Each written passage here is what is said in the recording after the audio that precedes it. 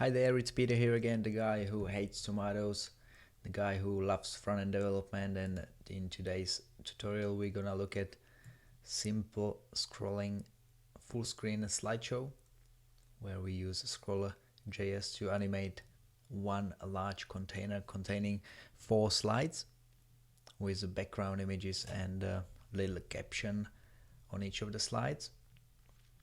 So you'll learn how to animate horizontally, how to use Skrollr to move things left and right, how to pause animation as well, and how to animate like a David Copperfield. Okay, so let's get started. If you want to follow step by step and download the files, go to my blog to the article how to create a scrolling slideshow using Skrollr, and I'll publish the files straight away here for you. So let's download the files and get to the index.html of the starting files, which is a basic boilerplate, HTML boilerplate, and we'll put all our HTML inside of the demo content. There's also main CSS in the CSS folder, and we'll be adding all our CSS styles inside of the author's custom styles. Alright, so first thing first, we'll need to create some HTML markup for our slideshow. First div will be the container containing all our slides, so let's create slides container as a first element, and inside of it we'll create slides div which will contain all 4 our slides. Then we'll go to our main CSS style sheet inside of the CSS folder, and we'll create the layout for our full screen slideshow. So the first 2 elements we'll need to resize to the full width and height is body and HTML. So let's define width 100% and height 100%. And the next container will be our slides container, again width 100% and height 100% as well. And we'll give this container also overflow hidden, just in case something overflows. We want to make sure there is no horizontal scroll bars on this container. And the other one will be our slides container, again width and height 100%. So let's copy it from here, and we want to also position the slides container to fixed so it doesn't actually move. So position fixed, and top 0, left 0. Okay, so that's our layout. If we want to test this in a browser, we can give it a background color red just for now, and if we refresh that in a browser we should see full screen red background. Obviously that's not what we're after, so we'll remove the background red for now, and we'll add our 4 slides containers inside of the slides.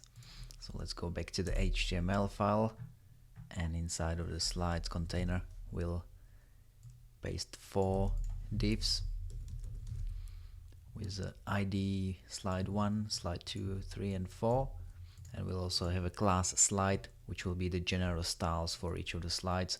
We'll use the ID to define different background color, different background image, and the slides class will be the general styles for each of them. So let's go back to the style sheet and define our .slide CSS. The position will be absolute, and top 0, left 0, and width and height will be 50%. Okay, we want that to be half of the size of the parent container, so width and height 50%. And we'll define the background images as well. I'll copy and paste it from my notes, but we'll go over the styles anyway. So we've got div ID slide 1 having a background image of bcg underscore slide 1, and the same is repeated for slide 2, 3 and 4, and we setting the background size to cover, which always stretches the background image to full screen and always covers the parent container. So if we view that in the browser, save the CSS and HTML, we should see one of the slides, actually that's the fourth one in the top left corner, all of the slides sitting on top of each other because all four of them are positioned to the top left 50%. Okay, so all of them sitting at the same spot at the moment. We'll need to use CSS3 transforms to position the slide 2 to the bottom left, to slide 3 to the bottom right, and the slide 4 to the top right corner. So let's do it in the next step. We'll use CSS3 transforms for this, and we'll use the translate X and Y property. So if you go to CSS3 transform property on the W3 schools, you can get the snippet code snippet for it. So as you can see, we'll need both WebKit and Microsoft vendor prefixes, and we can copy and paste this into our style sheet. As you can see, we won't be rotating it, but we'll be using the translate X and Y coordinates. So X moves the element on the horizontal axis and the Y on the vertical one. So if we go back to our style sheet, and for the slide 1 we don't have to define anything because that sits in the top left corner where we want it to be, but the slide 2 we'll need to move all the way down to the bottom. So we're defining the transform translate 0 on the X axis and then 100% on the Y axis. So we want to position it down to the bottom. On the slide 3 we'll have it in the top bottom right corner, which is transform translate 100% and 100%, and then we've got a final top right slide which will have the position on the X axis to 100%, and it stays at the top of the viewport similar to the first item. So if I save that and view it in the browser, we should see all four positioned in different corners. So we've got slide 1, slide 2, slide 3 and 4 in the right position. That's exactly what we wanted. Now we will bump up the size to make sure it is actually full screen. But before we do that, we'll include also a small caption on each of the images where we can put a description of each of the images. So let's go to our HTML, and inside of the first slide include HTML for our caption, which is a simple class, a simple div with a class caption, h1 with an image title, and a paragraph with an image description. And we'll copy all these markup for each of the slides. Okay, so we've got caption number 2, caption number 3, and caption number 4 as well. We'll change the description or the title to number 2, number 3, number 4. So that's our markup for each of the captions, and now we'll add some styles to it in the general styles. So let's put it under the HTML and body declaration, and we'll style the caption, and we'll position it always to the bottom. So we'll use position absolute, bottom 5%, right 5% as well,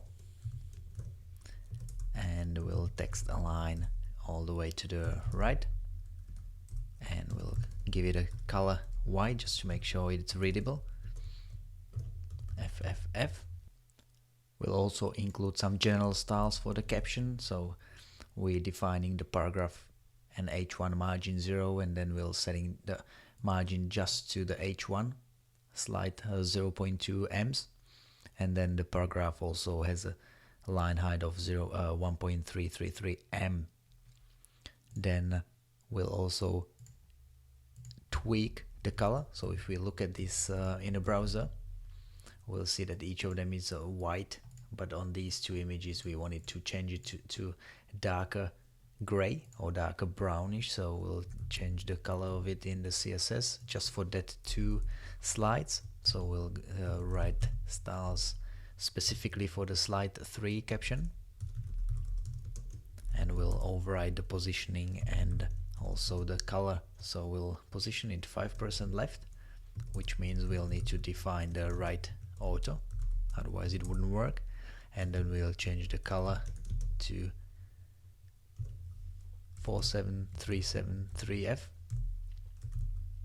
Okay, so that's our caption number 3, which is now left aligned instead of right. And then we'll do the same thing for caption 4. We also want it to be left 5%, but we'll also want it to be top 5%. Okay, so we don't want it aligned to the bottom, but to the top. That means we also need to override the bottom to auto. Okay, and we'll keep the color the same. So if we view that in the browser, we'll see, okay, I forgot to change this to slide 4. Alrighty, so looking at this, we've got a slide 1 with a caption in the bottom right, and slide 2 as well, and then the left align image 3 title, and left align, top left align image 4 title as well. These two also need text align left to override the default one. So let's give caption 3 text align left, and same thing we'll copy to the caption 4. Alrighty, now we've got a beautifully aligned all 4 slides. And now we'll do the simple trick which David Copperfield taught me. We'll go back to our CSS and we'll resize the slides to 200%. And when we view that in the browser, bang, we've got a full screen first slide, and the other 3 are actually outside of the viewport. So all we did was scale up the slides container to make the slide 1 full screen. Okay, so that's all we did. It's a pretty simple trick. It just resizes the slides to double size, which makes the 50% width and height of each of the slides actually 100% of the viewport. Okay, so that's our magic. What this also does is prevents us from scrolling down, because we've got overflow hidden on the container. So we'll need to add a magic helper container, and we'll first add the HTML for it. That will be a simple container which will enable us to scroll down the page, so it will actually extend the height of the page, because at the moment we don't have anything to scroll down to. So just below the slides container, we'll create a new container. This time we'll give it a class helper. David Copperfield always uses some nice girls as their helpers. We'll have to just stick with a div with ID helper, and then inside of it we'll have a 4 markers, which is a simple container, simple div with a class marker, and then we'll define it with red, green, and blue and yellow. I just didn't have much more creativity in me, so I just defined a very simple classes. Don't ever do that again, because red, yellow, green, blue, and yellow are not very semantic classes, but for us for this exercise it's alright. And then in our CSS we'll define the helper to be position absolute, and we'll position it to left 0. So position absolute, left 0, top 0. The height will be 400%, because we've got 4 of them and we want each of the markers to be 100% of the height. So width will be 20 pixels for now, and then each of the markers will be height 25% and width 100% of the parent container. and then we'll have 4 colors, so red, green and blue. As I said, it's not very semantically correct class naming, but let's stick with it for now. So we've got 4 classes, 4 background colors, and if we view that in the browser, we should see a container on the side and also scroll bar again, letting us to scroll down the page. Okay, now we're getting to the most important part, or most exciting part of the tutorial. We'll be including Skrollr in our files. So let's go to the index.html, and just before the closing body tag at the bottom of the page, we'll include Skrollr.js. So we've got it in the JS folder, and then we're also initiating it just right after that Skrollr min.js reference. Okay, that lets us enable Skrollr on our HTML elements, and the only element we'll be animating is the slides container. So if you look at this example image, we'll be pulling the slides container in different direction based on how far down the page we scroll. So this indicates the slide 2 position, slide 3 and slide 4. So we'll add data attributes on our slides container. Okay, so the first one will be the top position, so data 0, and the CSS will be animating is transform translate, and this will be 0%, 0%. So that's the initial position at the on the page load, and then we'll have 3 more. The first one is when we scroll 100% down the page, so 100% of the viewport down the page, and then we'll have a 200 and 300. So that's 200, 300, and we'll be changing the translate to 0 minus 50. So changing the offset and the position of the slides container to 0 minus 50 when we scroll down 100% of the viewport. When we scroll down 200% of the viewport, the CSS will change to minus 50, minus 50. So that's when the third slide is visible. And then the fourth one is when we are at the fourth slide, which is minus 50, 0%. So let's check that for any spelling mistake. Transform, translate 00.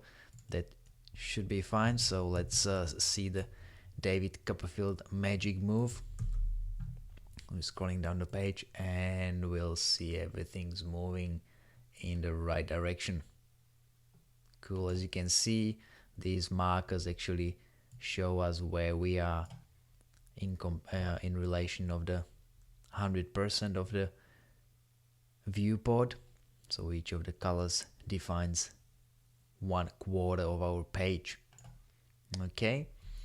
The one thing which I've been asked quite often is how to pause an element. So obviously when we're going quite quickly, nothing stops, and people can actually quite quickly go to different slides, which is not actually what you always want. You sometimes want to stop some containers from moving and then continue a little bit later on.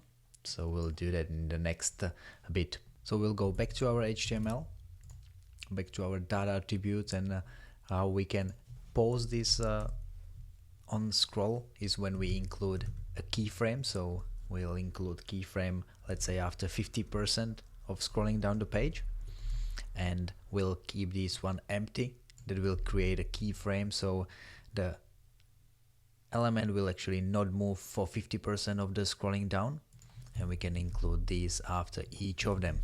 Okay, so this will actually pause it for 50% of duration. Obviously we'll need to bump up all our offsets from the original 100, 200 and 300. So we'll be adding 50 to each of them.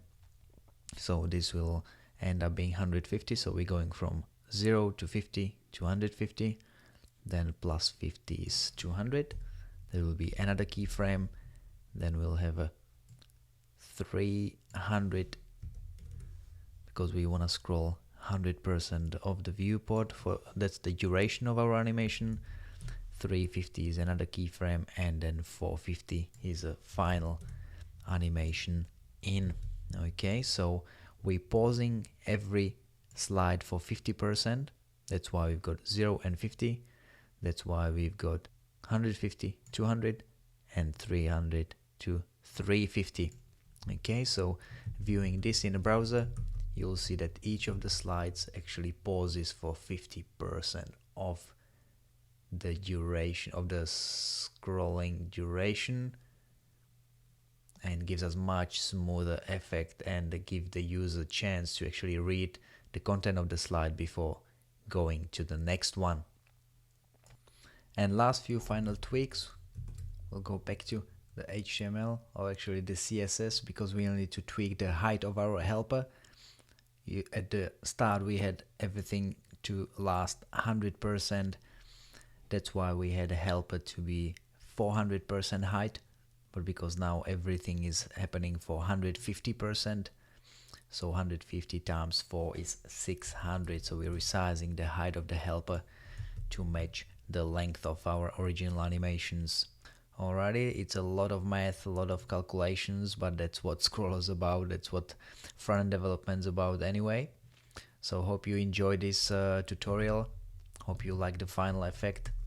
And the last thing we can do to finalize it is to hide our helper from the viewport. We don't want it, so we'll change the width to 0. And we can also remove the first keyframe just to give the user the impression that he scrolls down straight away. Having delay on the first thing is probably not a good thing from a user experience, because people might get confused why it's not scrolling down. So the first item doesn't have any delay, and then everything else pauses for 50% of the viewport height. And then we'll going slide 3, slide 4.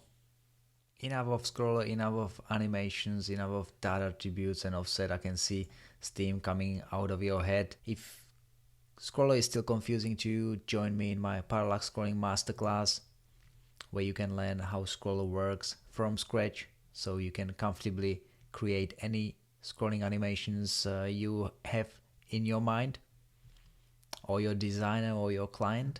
So definitely check it out, and also go to the blog and download the final files so you can play with them and learn how the Skrollr works and how this scrolling full screen slideshow was put together. I hope you enjoyed this video. If you liked it, definitely like it just below this YouTube video. Subscribe to my channel for more similar tutorials, deconstructions, specifically around animations and scrolling animations on the web. Thanks for watching, and I'll see you next time. Bye.